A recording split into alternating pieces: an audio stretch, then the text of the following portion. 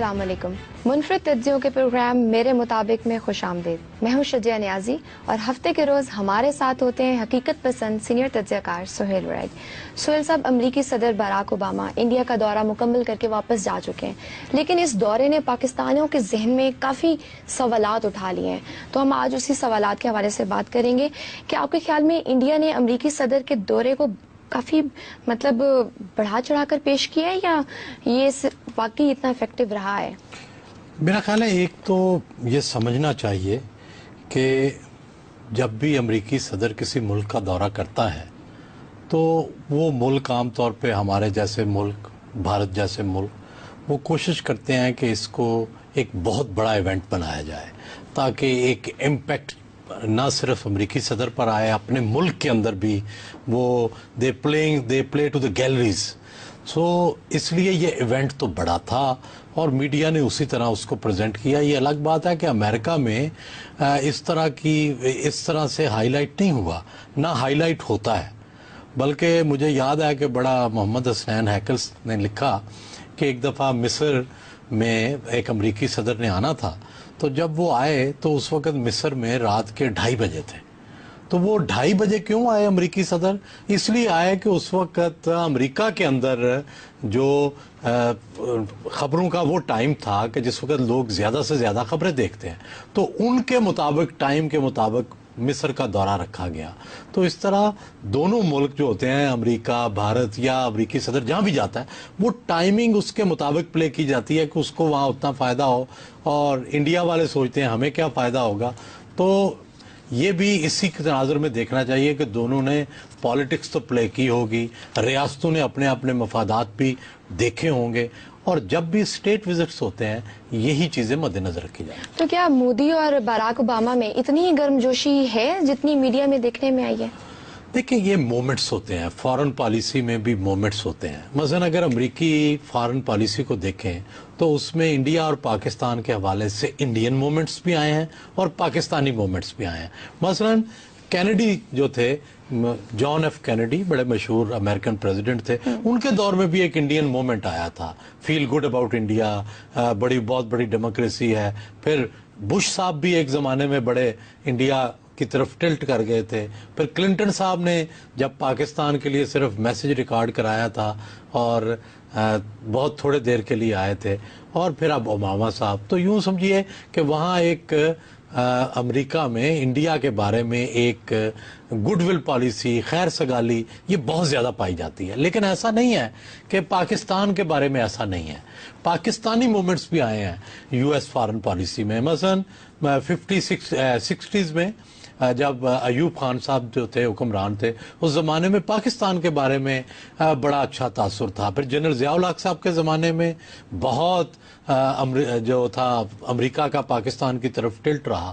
اور پھر اسی طرح جنرل مشرف صاحب کے زمانے میں تو سب جانتے ہیں کہ کتنا ٹلٹ رہا، کس طرح سے جو صدر بش تھے وہ جنرل مشرف صاحب کے بارے میں بڑی پازیٹیو باتیں کرتے تھے. تو یہ مومنٹس آتے رہتے ہیں، اور یہ مومنٹس آتے ہیں انٹرسٹ بیس. مفادات کیا ہے، ان مفادات کو مد نظر رکھ کے ہی ریاستیں جو ہیں اپنے مومنٹس بناتی ہیں. تو آپ کے خیال میں کون سے معاملات زیادہ اہم رہے ہوں گے، دفاع یا معیشت، ان دونوں میں سے؟ دیکھیں، دفاع تو شاید انڈیا کا پرابلم ہوگا، لیکن میرا یہ خیال ہے کہ یہ وزٹ کو ہمیں اکانومی فوکس زیادہ دیکھنا چاہیے. سب جو فلاسفرز ہیں اور جو تھنکرز ہیں اور رائٹرز ہیں، ان کا خیال ہے کہ یہ ایشین سینچری ہے، اور ہم بھی کہتے رہتے ہیں لک ایسٹ پالیسی. تو اس وقت سب دنیا کی توجہ یہ ہے کہ ایشیا جو ہے وہ دنیا کی اکانومی کو، آنے والی اکانومی کو لیڈ کرے گا. چاہے وہ انڈیا ہو، چاہے وہ چائنا ہو، چاہے وہ جاپان ہو، چاہے وہ یہ سارا خطہ ہو. اس خطے کی طرف لوگ دیکھ رہے ہیں کہ آئندہ سینچری ایشیا کی ہے. تو بزنس اورینٹڈ بھی کہ امریکہ اور انڈیا کا بزنس کتنا بڑھ سکتا ہے، اور پھر مفادات ہیں کہ انڈیا اور امریکہ کے مفادات کہاں کہاں ملتے ہیں. یہ دونوں چیزیں مد نظر رہی ہوں گی. تو آپ کے خیال میں ان کی ڈسکشن میں پاکستان کس حد تک زیر بحث آیا ہوگا؟ میرا خیال ہے کہ لازمی طور پر پاکستان جو ہے وہ زیر بحث آیا ہوگا. پاکستان کو ایک بڑا ایڈوانٹیج ہے، اور وہ ایڈوانٹیج ہے جیوگرافی کا.